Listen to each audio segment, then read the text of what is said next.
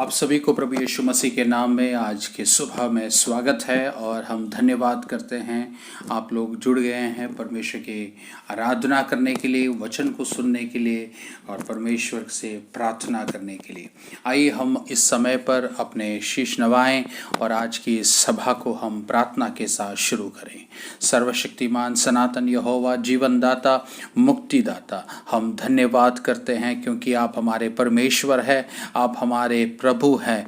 आपने हमें संकट से छुड़ाया है, विपत्ति से बचाया है, मृत्यु के फंदा हमारे ऊपर हमें घेर लिया, हमें हालेलुया हमें परमेश्वर पिता ख़त्म करने की कोशिश किया, लेकिन प्रभु आपने हमें बचाया। इसके लिए हम धन्यवाद करते हैं। आपके भक्त जनों की आने जाने में आपने उनको संभाला, इसके लिए हम धन्यवाद करते हैं। धन्यवाद कि आज सुबह हम आपका नाम को ऊंचा उठा सकते हैं। वो आज़ादी के लिए धन्यवाद, वो आवाज़ के लिए धन्यवाद, वो ताकत और बल के लिए धन्यवाद। ये सब आपकी ओर से है कर परमेश्वर हम अंगीकार करते हैं और उसकी महिमा पूरी तरीके से हम आपको देना चाहते हैं।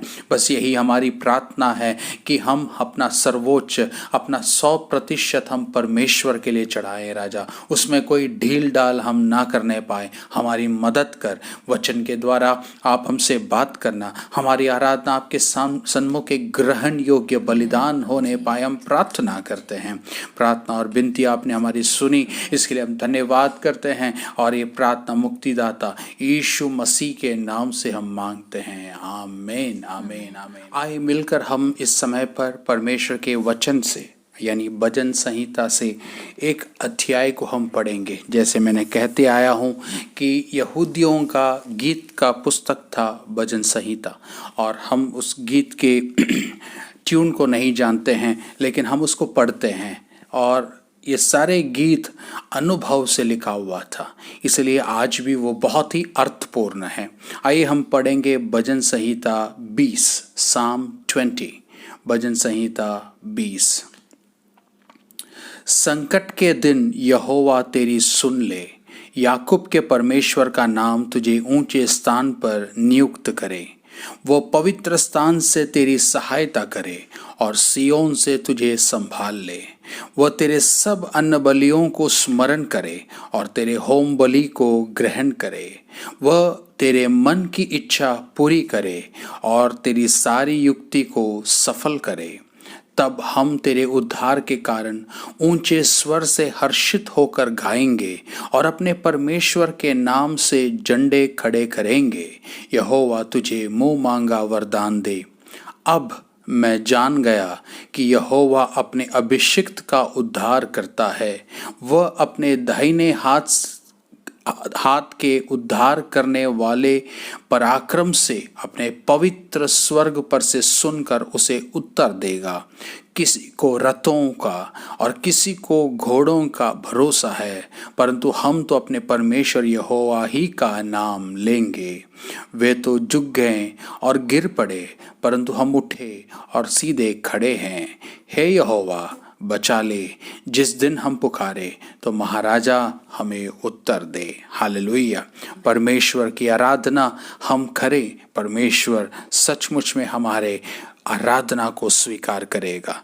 हमारा आराधना, हमारा भरोसा परमेश्वर पर वापस लगा देता है। हमारे अंदर की अविश्वास, हमारे अंदर का पाप का बंधन, हमारे अंदर की बीमारी की बंधन आराधना करने से टूट जाता है, खत्म हो जाता है। हमारे अंदर से डर निकल जाता है। हालेलुया।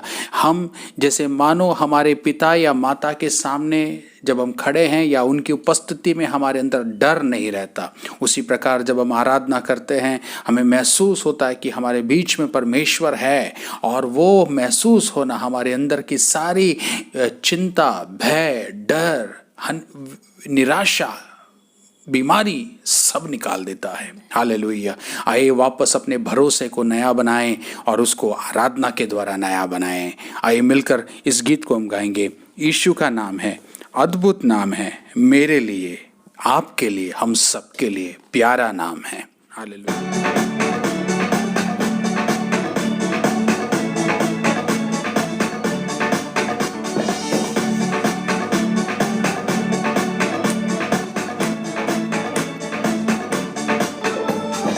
यीशु का नाम है अद्भुत नाम है, मेरे लिए प्यारा नाम है।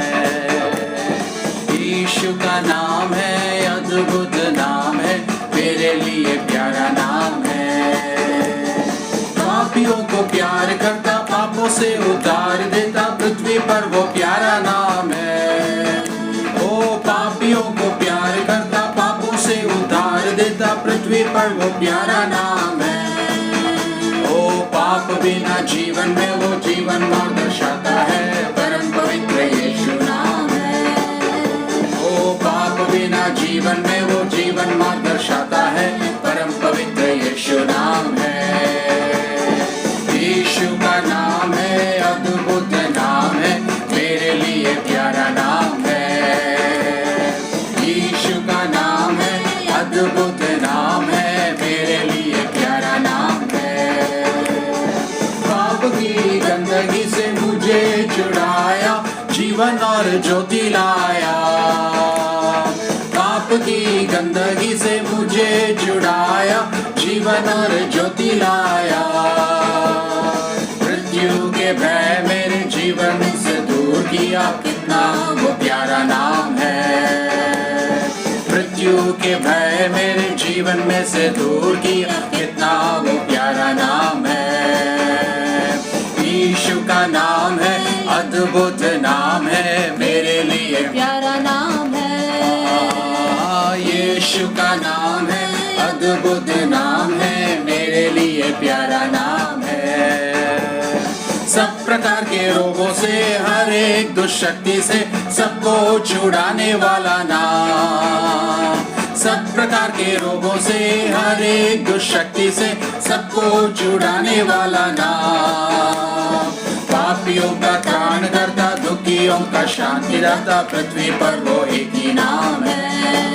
ओ पापियों का त्राण करता, दुखियों का शांति दाता, पृथ्वी पर वो एक ही नाम है। मिलकर गाएं, यीशु का नाम है अद्भुत नाम है, मेरे लिए प्यारा नाम है।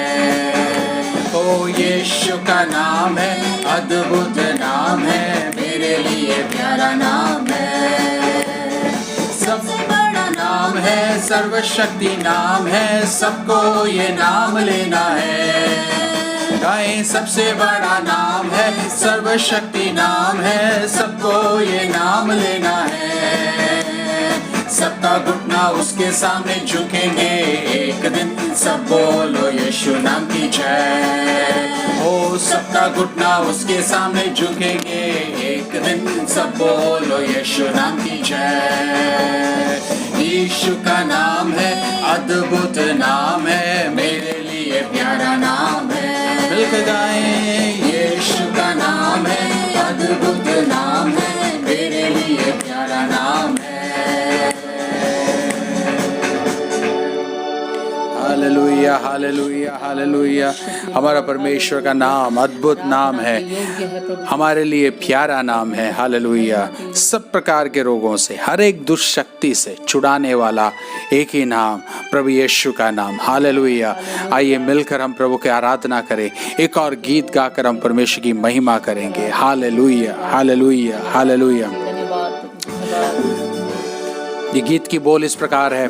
मृत्यु पर यीशु जयवंत होकर स्वर्ग में सदा वो जीवित है।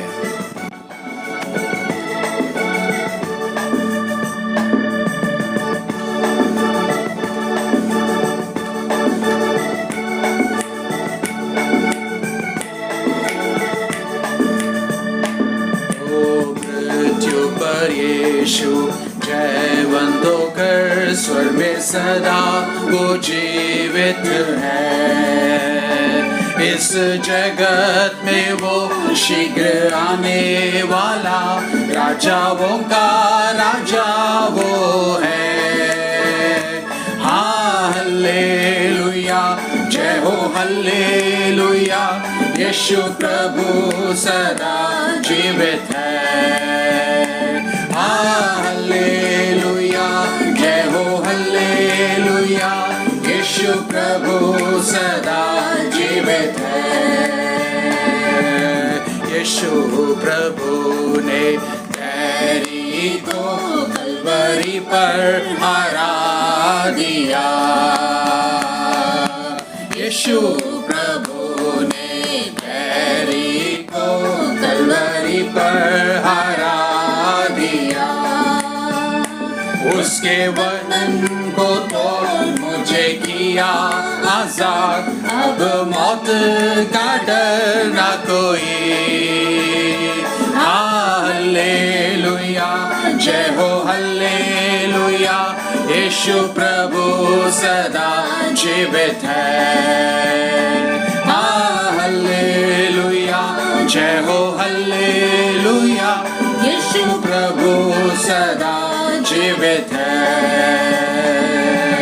मेरा यीशु सदा जीवित है, मैं भी उसमें सदा जीऊंगा।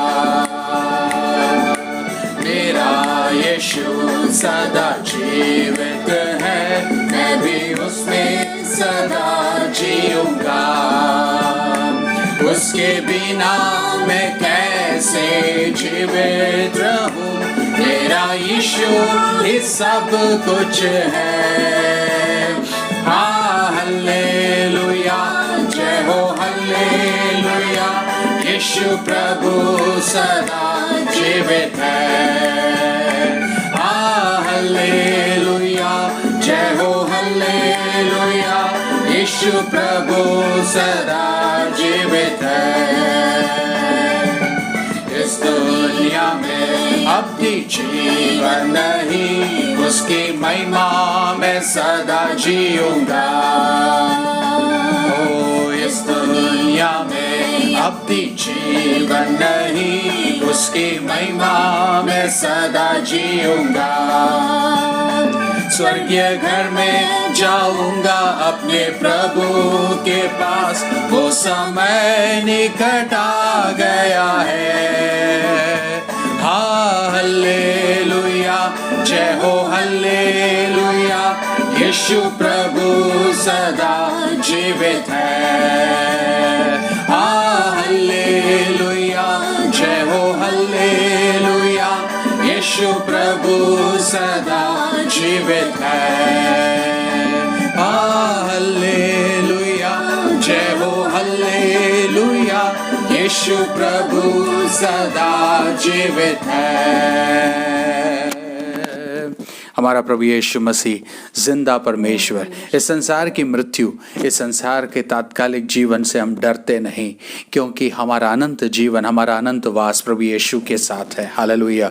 भय हमें सताने ना पाए, बीमारी हमारे शरीर को खा रहा होगा, हमारे जीवन में उम्र के कारण हम हमारे इस संसार की यात्रा के समाप्ति की ओर बढ़ रहे होंगे, या फिर जीवन क्षणिक है, किसी के साथ कोई भी हादसा हो सकता है ऐसी महामारी के समय में। लेकिन एक बात का निश्चय मुझे और आपको है, और वो मुझे यीशु मसीह के द्वारा और आपको यीशु के द्वारा मिलता है, कि हमारा नित्य वास प्रभु यीशु के साथ होगा। Hallelujah, hallelujah. इसलिए इस संसार का मृत्यु से हम भयभीत नहीं होंगे, इस संसार की मृत्यु से हम विचलित नहीं होंगे। हिम्मत बांधे, ढाढ़स रखे। हालेलुया। परमेश्वर ने हमें बुलाया है, वो हमें संसार में और संसार के बाद भी नहीं छोड़ेगा। हालेलुया। मिलकर हम प्रभु की महिमा कर पाए। आइए हम वचन सुनने के लिए तैयार हो जाएं। प्रभु मुझसे बात करना, मेरे अंदर बागों से बात करना, मेरे जीवन में एक नया हिम्मत देना, एक नया हालेलुया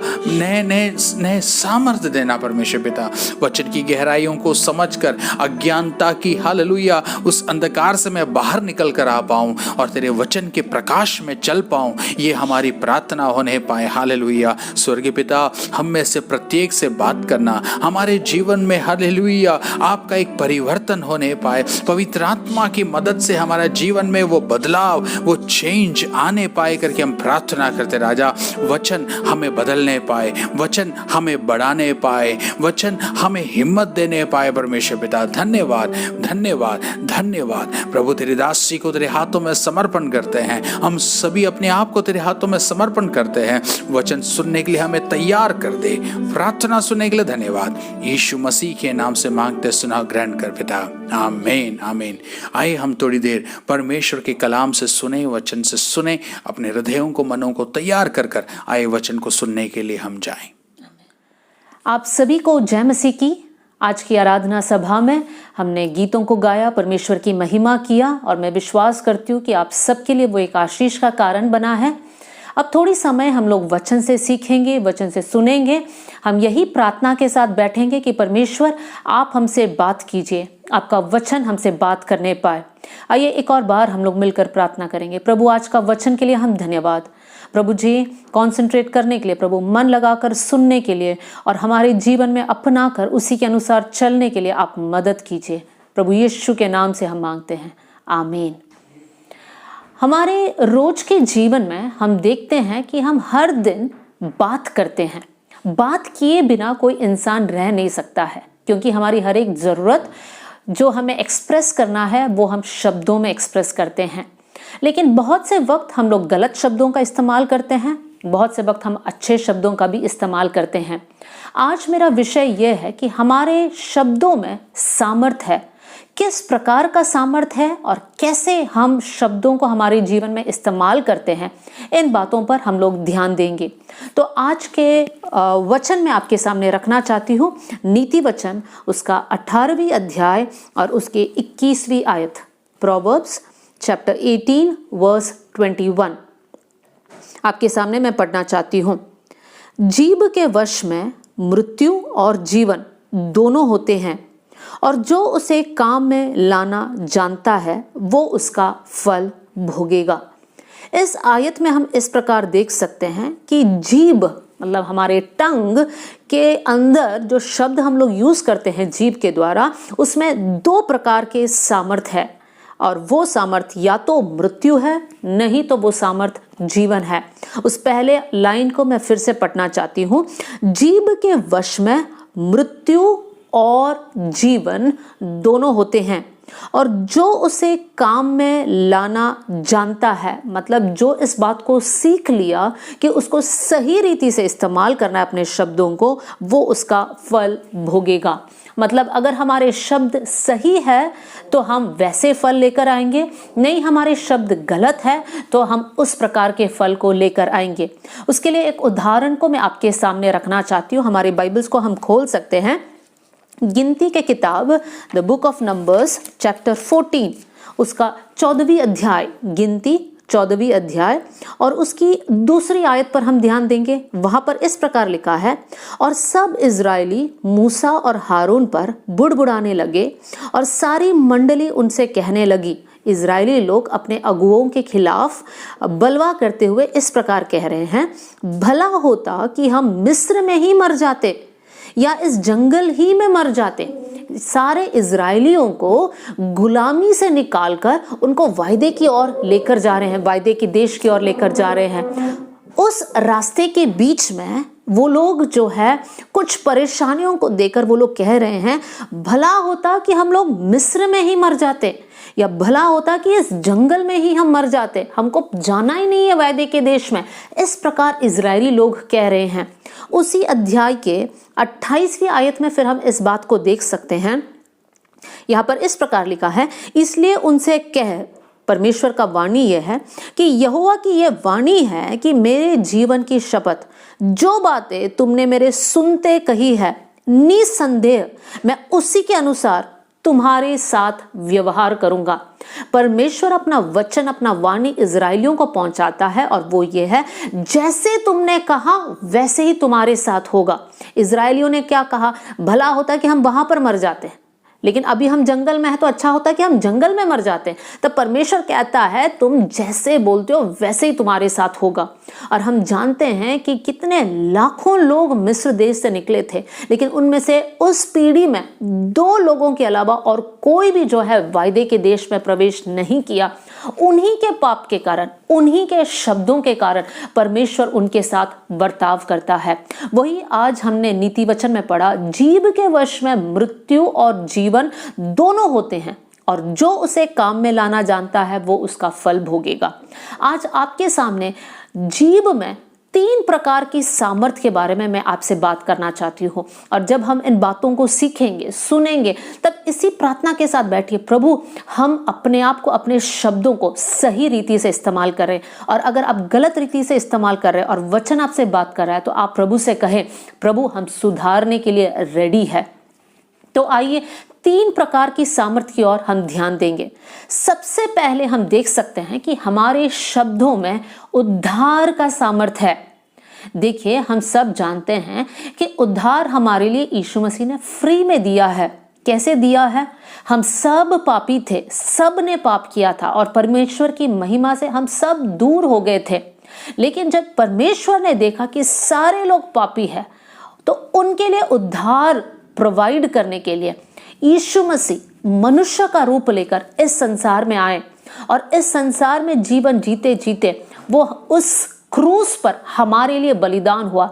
हमारे सारे पापों का दंड यीशु मसीह अपने ऊपर लिया और उस क्रूस पर उस दर्दनाक मौत को यीशु मसीह ने सह लिया। क्यों? ताकि हम जो यीशु मसीह पर विश्वास करें, हमको मुक्ति मिले, हमें उद्धार मिले। इसके लिए यीशु मसीह कोई भी चार्ज नहीं करता है, कोई भी पैसे नहीं लेता है, कुछ करने नहीं बोलता है। लेकिन यहाँ पर वचन के अनुसार हमें 2 बातों को करना है। सबसे पहले हमें विश्वास करना है और दूसरी बात हमें अंगीकार करना है, हमें उसको कन्फेस करना है, हमें उसको बोलना है। एक आयत मैं आपके सामने रखना चाहती हूँ, रोमियों की पत्री उसका 10वां अध्याय और उसकी 9वीं आयत, रोमन्स चैप्टर 10 वर्स 9। और यहाँ पर इस प्रकार लिखा है, यदि तू अपने मुंह से यीशु को प्रभु जानकर अंगीकार करे और अपने मन से विश्वास करे कि परमेश्वर ने उसे मरे हुओं में से जिलाया, तो तू निश्चय उद्धार पाएगा। यहाँ पर 2 बातों को करने के लिए कहा गया है। पौलुस जब यहाँ पर लिखता है, कहता है अगर हम इस बात पर विश्वास करें कि यीशु मसीह मेरे पापों के लिए मरा, मेरे कारण उस सूली पर चढ़ा, और उसी बात को आप अंगीकार करोगे, आप कन्फेस करोगे कि हाँ प्रभु आप मेरा परमेश्वर है, आप मेरे पापों के लिए मरा, आप मुझसे प्रेम करते हो, मुझे बचाने के लिए आप आए, मैं आप पर विश्वास करता हूँ या मैं आप पर विश्वास करती हूँ, इस बात को आप अंगीकार करते हो, उस समय पर आपके जीवन में आप उद्धार पाते हो, आप मुक्ति को पाते हैं। तो प्रियो, हमारे शब्दों में परमेश्वर ने उद्धार का सामर्थ्य रखा है। क्या आज आप यीशु मसीह पर विश्वास करने के बाद इस बात को अपने मुंह से अंगीकार किया है? अगर अंगीकार किया है तो आपके मुंह में इतने सामर्थ्य है कि परमेश्वर कहता है कि आपने उद्धार पाया है। इसके साथ साथ हम एक और उदाहरण को देख सकते हैं। जब यीशु मसीह उस क्रूस पर मारे जा रहे थे, उस समय पर यीशु मसीह के दोनों बाजू में 2 चोर को या 2 डाकुओं को भी उसी सजा में दोनों दाएं और बाएं तरफ लटकाया गया था। उस समय पर हम देख सकते हैं कि उसमें से एक जन यीशु मसीह को देखकर कहता है, तू तो सबको बचाने वाला था, तो अपने आप को भी बचा और हमें भी बचा। देखिए, एक का रिएक्शन, रिस्पॉन्स किस प्रकार है। तब दूसरा चोर उससे कहता है, तू चुप बैठ, तुम जो सह रहे हो वो तुम्हारे कामों के कारण सह रहे हो, लेकिन ये निर्दोष है। और फिर यीशु मसीह को देखकर वो चोर कहता है, हे यीशु, जब तू राज्य में वापस आएगा तो मुझे याद करना। तो यीशु मसीह क्या कहता है उससे? निश्चय तू मेरे साथ स्वर्ग राज्य में होगा। यहाँ पर हम देख सकते हैं कि एक चोर ने अपने मुंह के द्वारा यीशु मसीह को इनकार कर दिया, तो दूसरा चोर ने अपने मुंह के शब्दों के साथ यीशु मसीह पर विश्वास जताया। तो किसने उद्धार पाया?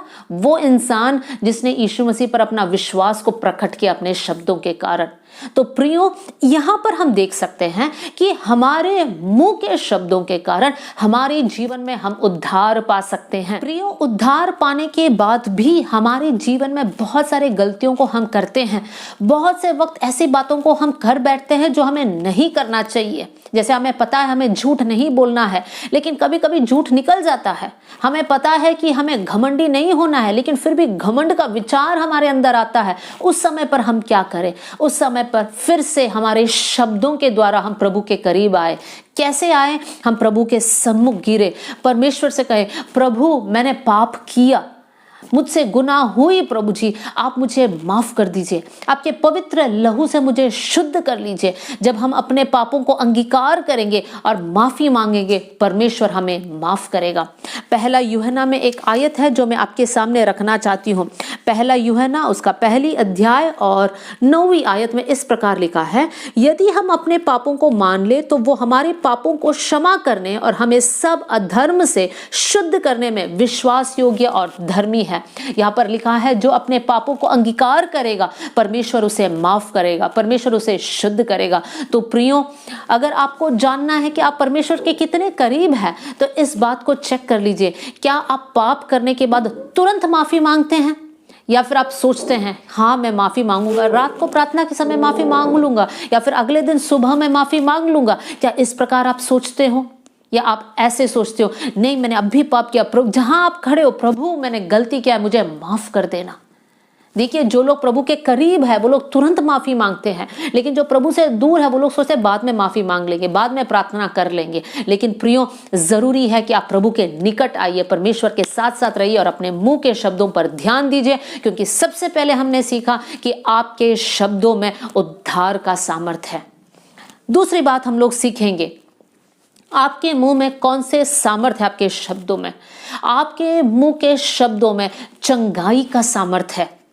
हाँ प्रियो, आप जो शब्दों को इस्तेमाल करते हैं, उन शब्दों के कारण या तो आप बीमार हो सकते हैं, नहीं तो आप अपने आप को चंगा भी रख सकते हैं। मत्ती 8:8 में हम देख सकते हैं, सूबेदार यीशु के पास आता है और यीशु से कहता है, मुझे चंगाई की जरूरत है, मेरे परिवार में जो प्रियजन है उनको चंगाई की जरूरत है, और प्रभु मैं इस लायक नहीं हूं कि तू मेरे घर में आना है, सिर्फ कह दे प्रभु और मेरा दास चंगा हो जाएगा। और यीशु मसीह ने कहा, जा तेरा दास चंगा हुआ है। और उसी क्षण वो सूबेदार देखता है कि उसके घर में चंगाई प्रकट होता है। यीशु मसीह ने कहा और चंगाई हुआ। मुंह के शब्द में कितना सामर्थ्य है। फिर हम देख सकते हैं प्रेरितों के काम है, पतरस और यूहन्ना जब मंदिर जा रहे थे दोपहर के समय पर, वो लंगड़ा इंसान मंदिर के सामने बैठा हुआ था, भीख मांग रहा था, तब पतरस और यूहन्ना उसको देखकर कहता है कि सोना और चांदी मेरे पास नहीं है, लेकिन जो मेरे पास है वो मैं तुझे देता हूं, यीशु नासरी के नाम से उठ। देखिए, जब वो कहते हैं तब वहां पर एक अद्भुत कार्य होता है। अगर वो लोग चुपचाप चले जाते, कुछ बोले बिना चले जाते, तो वहां पर वो चंगाई, वो अद्भुत काम प्रकट नहीं होता। लेकिन विश्वास के साथ उन शब्दों का इस्तेमाल करने से वहां पर एक चंगाई प्रकट हुआ। हम मत्ती 9:20 में फिर से एक घटना को पढ़ सकते हैं, जहां पर एक स्त्री 12 साल से लहू बहने का उस बीमारी के साथ पीड़ित होकर वो चल रही हैं। वो अपने मन में कहती हैं, अगर मैं उसके वस्त्र के आंचल को भी छू लूं तब मैं ठीक हो जाऊंगी। वो बहन अपने आप से कहती है, क्या कहती है? कि अगर मैं उसको छू लूं तो मैं ठीक हो जाऊंगी। और उस विश्वास को वो प्रकट करते, वो जाकर यीशु को छूती है। लेकिन सबसे पहले हमें ध्यान देना है, वो बोलती है कि मैं ठीक हो जाऊंगी। देखिए, शब्दों में कितना सामर्थ्य है। बरतिमाई से यीशु मसीह पूछता है, तू क्या चाहता है मैं तेरे लिए करूं? तब बरतिमाई कहता है, प्रभु मैं देखना चाहता हूं।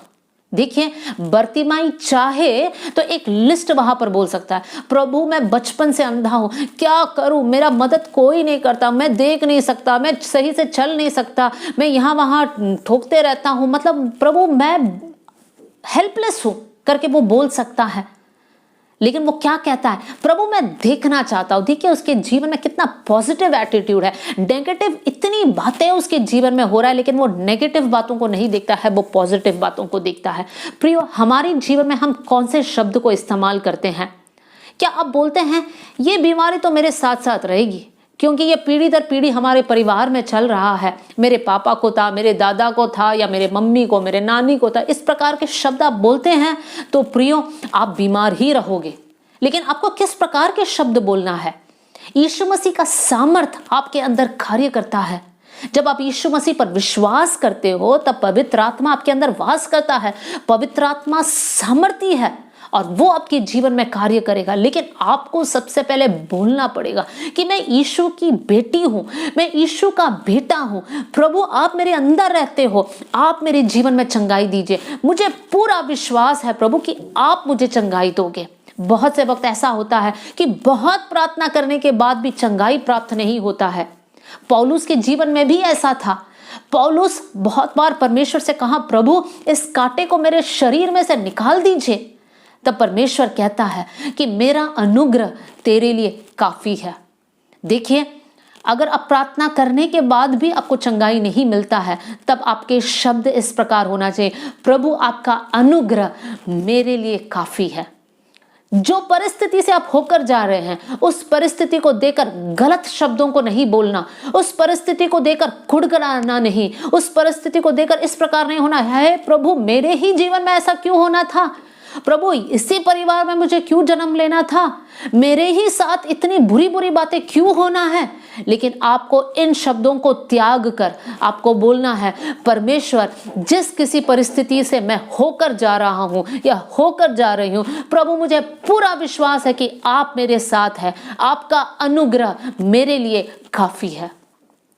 इस प्रकार के शब्द आप बोलोगे तो वहां पर एक सामर्थ काम करने लगता है, परमेश्वर का कार्य वहां पर प्रकट होने लगता है और आप प्रभु के अद्भुत कार्य को अपने जीवन में देखोगे।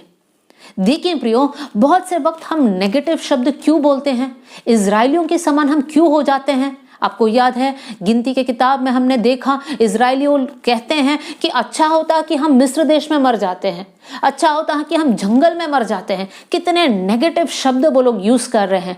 हम भी अपने जीवन में बहुत से वक्त नेगेटिव शब्द यूज करते हैं, हमारे बच्चों के प्रति, हमारे जीवन साथी के प्रति, हमारे हालातों के प्रति, हमारे नौकरी के प्रति। कितनी बार आपने गलत शब्द यूज किया है, नेगेटिव शब्द यूज किया है।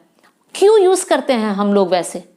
हो सकता है कि आपके जीवन में एक डर है, एक फियर है, और उस फियर को आप अपने जीवन में काबू या आपके ऊपर वो हावी होने आप दे रहे हो। तो प्रियो, याद रखिए, जहां पर परमेश्वर की आत्मा है वहां पर भय का आत्मा काम नहीं करेगा।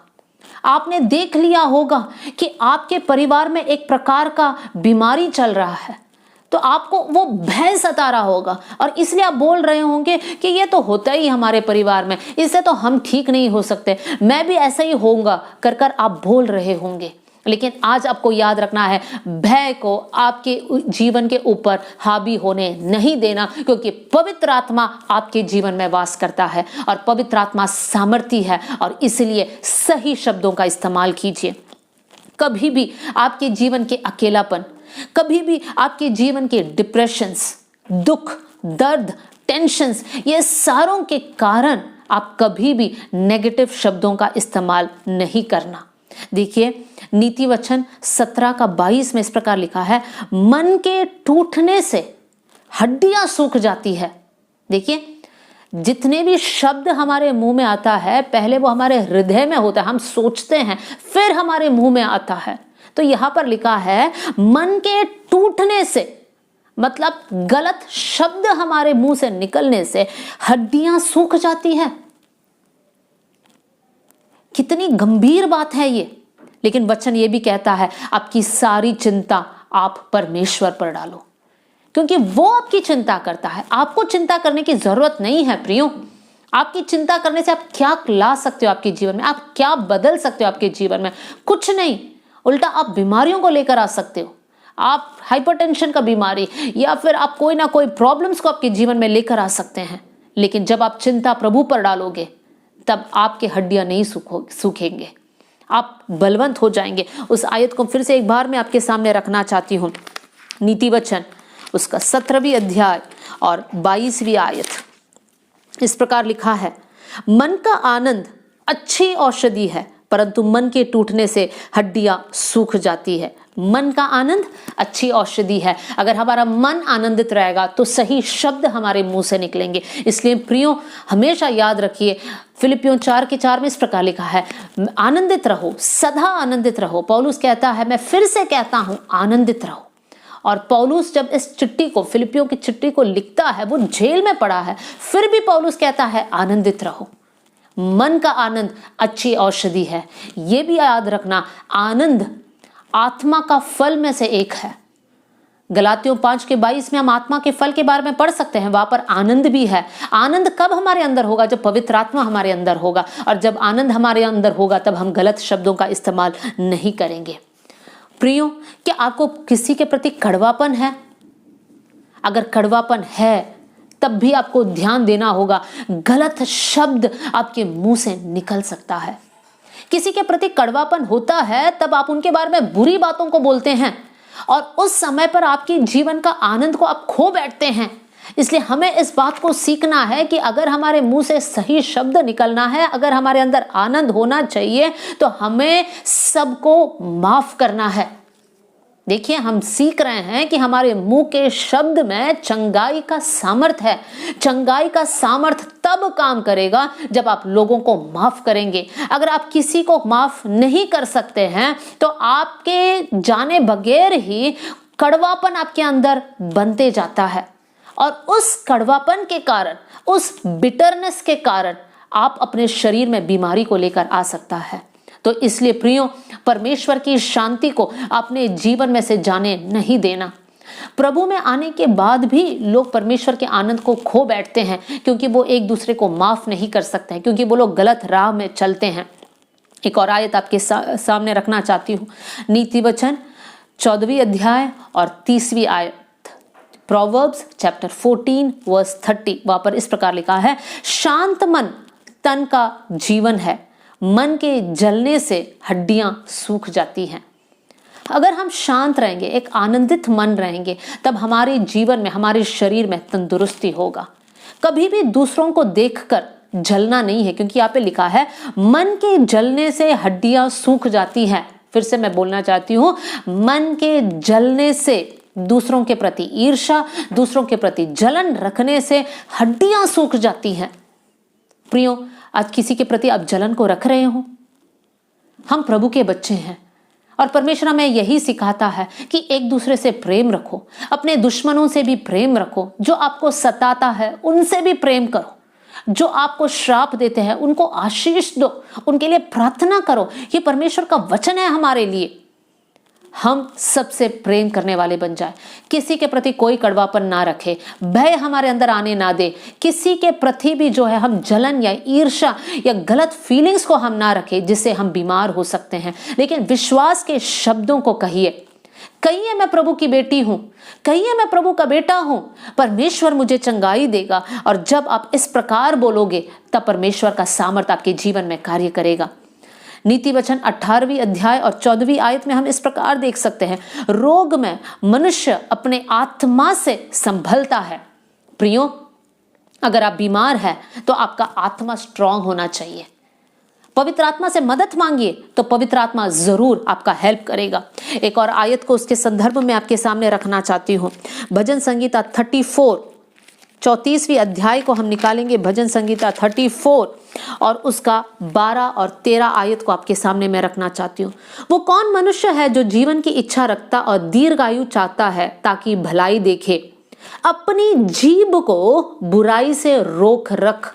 देखिए, उसकी पहली आयत में हमने क्या पढ़ा, कौन सा मनुष्य है जो जीवन की इच्छा रखता है, दीर्घायु चाहता है ताकि भलाई देखें। उनके लिए वचन यह है कि अपने जीभ को बुराई से रोक के रख, अपने मुंह की चौकसी कर। जैसे वॉचमैन एक बिल्डिंग का गार्ड करता है, उसी समान हमें अपने मुंह के शब्दों का चौकसी करना बहुत जरूरी है कि छल की बातें ना निकले। हमारे मुंह से गलत शब्द नहीं निकलना चाहिए, तब जाकर हम लोग जो है दीर्घ आयु देख सकते हैं। प्रियो, इस बात पर ध्यान दीजिए कि आपके मुंह के शब्द जो है आपके खिलाफ ना हो, लेकिन आपके मुंह के शब्द आपके जीवन के लिए चंगाई लेकर आए। आप रोज सुबह उठकर बोल सकते हैं, मैं प्रभु की संतान हूं, प्रभु की बेटी हूं, प्रभु का बेटा हूं, इसलिए परमेश्वर मेरे साथ है। जितनी भी कठिनाई मेरे शरीर के खिलाफ है, जितनी भी प्रॉब्लम्स मेरे शरीर के खिलाफ है, परमेश्वर मुझे बल देगा, परमेश्वर मुझे ताकत देगा। तो सबसे पहले हमने देखा कि हमारे मुंह के शब्दों में उद्धार का सामर्थ है। फिर अब हमने देखा कि हमारे मुंह के शब्दों में चंगाई है, इसलिए हमारे शरीर के बारे में हम नेगेटिव बातों को नहीं बोलेंगे, लेकिन हम प्रभु पर विश्वास करते हुए हम सही बातों को हम बोलेंगे। तीसरी बात हम देखेंगे, हमारे मुंह में या शब्दों में कौन सा सामर्थ है। हमारे मुंह के शब्दों में छुटकारा का सामर्थ है, डिलीवरेंस है हमारे मुंह के शब्दों में। देखिए, जब दाऊद गोलियत के खिलाफ लड़ने जाता है तब दाऊद क्या कहता है? सबसे पहले गोलियत उसको नीचा कर कर बोलता है। तब दाऊद कहता है, पहला शमूएल 17 अध्याय और उसके 46 वर्स में हम पढ़ सकते हैं, दाऊद कहता है कि मैं यहोवा परमेश्वर के नाम से आता हूं। देखिए, दाऊद एक छोटा लड़का, गोलियत एक बड़ा राक्षस। दाऊद जो है बहुत इंटिमिडेटेड होना चाहिए, दाऊद बहुत डरा हुआ होना चाहिए, क्योंकि दाऊद को मालूम है मेरा कोई ट्रेनिंग नहीं है, इससे पहले मैं कभी भी युद्ध में गया नहीं हूं, मैं कैसे किसी इतना बड़ा इंसान को मार सकता हूं। लेकिन दाऊद का भरोसा परमेश्वर है और दाऊद सही शब्दों का इस्तेमाल करता है। दाऊद कहता है, मैं अपने बल पर लड़ने नहीं आ रहा हूं, लेकिन मैं यहोवा परमेश्वर के नाम से आता हूं। देखिए, जो शब्द उसने यूज किया, परमेश्वर के भरोसे पर जब उसने बोला तो परमेश्वर का अनुग्रह उसके साथ था और वो जयवंत हुआ। प्रियो, जो परिस्थितियों का सामना आप कर रहे हो, उस परिस्थितियों को बड़ा कर कर मत देखो। दाऊद चाहता तो गोलियत को बहुत बड़ा कर कर देख सकता था, लेकिन दाऊद ने वैसा नहीं किया। दाऊद ने यहोवा का नाम लेकर वो आगे गया। देखिए, दाऊद के जीवन में एक बहुत अद्भुत बात है, जब वो गोलियत के सामने है तब उसके शब्दों में इतना सामर्थ्य है। वो कहता है, मैं यहोवा परमेश्वर के नाम से आता हूं। लेकिन जब वो उससे पहले अपने भाइयों के साथ था, उसके भाइयों ने भी गलत शब्द यूज किया दाऊद के लिए। उसके भाई लोग कहते हैं, हम जानते हैं कि तेरा मन कितना बुरा है, तूने वो भेड़ बकरियों को छोड़कर तू यहाँ पर युद्ध देखने आया है। दाऊद वहां पर कौन सा शब्द इस्तेमाल करता है प्रियो? उस अध्याय को जब आप पढ़ते हैं, आप वहां पर देख सकते हैं दाऊद अपने भाइयों से कुछ नहीं कहता, लेकिन जब कहता है ना, गोलियत के खिलाफ कहता है। देखिए, हमारी लड़ाई बहुत से वक्त हम लोग अपने परिवार में ही आपस में लड़ते हैं, हम भाई भाई आपस में लड़ते हैं, बहन बहन आपस में लड़ते हैं। हमको ये नहीं मालूम कि हमें आपस में लड़ाई नहीं करना चाहिए। हमारा दुश्मन तो शैतान है, शैतान के खिलाफ हमें बोलना है। उस बुरे विचार हमारे अंदर डालने वाला उस शैतान के खिलाफ आप बोलिए, यीशु के नाम से सारे बुरे विचार निकल जाइए, यीशु के नाम से भय मेरे अंदर से निकल जाइए, यीशु के नाम से सारी चिंताएं मेरे अंदर से निकल जाइए। प्रभु, मैं आप पर भरोसा करती हूं, मैं आप पर भरोसा करता हूं करके इन शब्दों का इस्तेमाल कीजिए, ना कि आपस में लड़िए, क्योंकि सामर्थी वचन हमारा है। इसलिए याद रखें, भाई भाई बहन बहन भाई बहन आपस में लड़ाई ना करें, लेकिन उस दुष्ट शक्ति के खिलाफ हम काम करें। आपके मुंह में छुटकारा का सामर्थ है। फिर से हम एक उदाहरण को देखेंगे। यहोशू का किताब, उसका 6वां अध्याय और 10वीं आयत में हम देख सकते हैं, यहोशू वहां पर लोगों से कहते हैं कि यरीहो शहर पनाह के चारों ओर घूमना है, और कहता है उस लास्ट डे जब घूमना है तब उस समय पर यहोशू कहता है, कोई कुछ नहीं बोलेगा, आपस में बात नहीं करोगे जब तक मैं ना कहूं, और जैसे ही मैं इशारा दूं उस समय सब लोग मिलकर जय जयकार करना। और जैसे ही वो सारे इजरायलियों मिलकर जय जयकार करते हैं, वहां पर क्या होता है, वो शहर पनाह टूट जाता है। क्या है वहां पर सामर्थ? उनके हाथ में कोई हथौड़ा नहीं था, कोई भी ऐसा हथियार नहीं था जिससे वो लोग मार रहे थे, लेकिन वो लोगों ने जोर से जय जयकार किया, परमेश्वर की महिमा की, और वो शहर पनाह वहां पर टूट गया। शहर पनाह बहुत मजबूत होता है, किसी के चिल्लाने से वो गिरता नहीं, किसी के तोड़ने से भी जल्दी गिरता नहीं है। लेकिन यहां पर हम देख सकते हैं, जब प्रभु के लोगों ने जय जयकार किया, वो शहर पनाह गिर गया। प्रिय भाई बहनों, आपके जीवन में भी बहुत सारी ऐसे कठिन परिस्थिति से आप होकर जा रहे होंगे, जहां पर आपको ऐसा लगता है कि मेरे लिए कोई रास्ता है ही नहीं। वहां पर अपने मुंह के शब्दों का इस्तेमाल कीजिए, प्रभु के सामने बैठिए, घुटनों पे आ जाइए और परमेश्वर से कहिए, प्रभु आप हमारा शरण स्थान, आप हमारा बल, संकट में अति सहज से मिलने वाला सहायक आप हो परमेश्वर। साथ में परमेश्वर की जय जयकार करें, परमेश्वर की स्तुति करें। परमेश्वर बंद दरवाजे आपके लिए खोलेगा। यरीहो के शहर पनाह को तोड़ा हुआ परमेश्वर आपका परमेश्वर है प्रियो। वो परमेश्वर कभी बदलता नहीं है, वो कल आज और युगानुयुग एक सा परमेश्वर है। वो आपके जीवन में भी कार्य करेगा। इसलिए प्रियो, गलत शब्दों को यूज करना बंद कीजिए और सही शब्दों को यूज करना शुरू कर दीजिए। परमेश्वर आपके जीवन में कार्य करेगा। हम देख सकते हैं यीशु मसीह कहता है, अगर तुम्हारे अंदर राई के दाने के बराबर भी विश्वास हो तब तुम उस पहाड़ से बोल सकते हो, यहां से उखड़ कर वहां पर चले जाओ। यीशु मसीह क्या कहता है? तुम बोल सकते हो उस पहाड़ से। प्रियो, हमें पहाड़ से बात करना है। अगर आपके परिवार में हर दिन लड़ाई झगड़े होता है तो आप जब घुटनों में बैठकर प्रार्थना करते हो और परमेश्वर से आप मदद मांगते हो तो जोर से आप बोलिए, यीशु के नाम से लड़ाई को पैदा करने वाली हर एक दुष्ट शक्ति इस घर से निकल जाइए।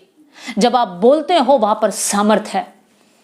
अगर हर दिन एक समय पर आप अपने शरीर में दर्द को महसूस कर रहे हो, आप एक बंधन को अपने जीवन में महसूस कर रहे हो, आप बहुत कोशिश कर रहे हो लेकिन जीवन में आगे नहीं बढ़ पा रहे हो, अपने मुंह के शब्दों का इस्तेमाल कीजिए, प्रभु वहां पर छुटकारा देगा। बोलिए, यीशु मेरा परमेश्वर है, यीशु के नाम से मैं आगे निकल सकता हूं। दाऊद कहता है, भजन में कहता है, भजन 18 और उसका 29 वर्स में दाऊद इस प्रकार कहता है, मैं परमेश्वर यहोवा के सहायता के साथ एक बड़े भिंत को पार कर कर जा सकता हूं। किस प्रकार दाऊद के अंदर इतना हिम्मत आया? वो अपने बल पर भरोसा नहीं रखा है, वो कहता है परमेश्वर यहोवा की सहायता के साथ मैं ये कर सकता हूं।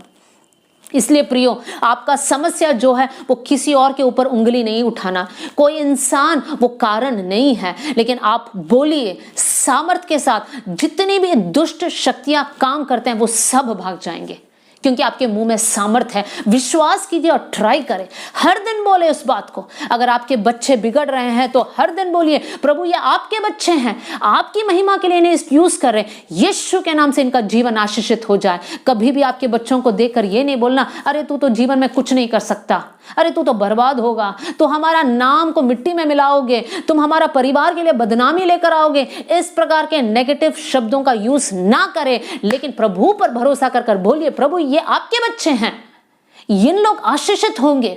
आज भले वो लोग बिगड़ रहे हैं प्रभु, लेकिन आप कार्य कर रहे हैं, आप इनके जीवन में कार्य कर रहे हैं। मैं विश्वास करती हूं, मैं विश्वास करता हूं कर कर विश्वास के शब्दों को बोलिए, परमेश्वर वहां पर कार्य करेगा।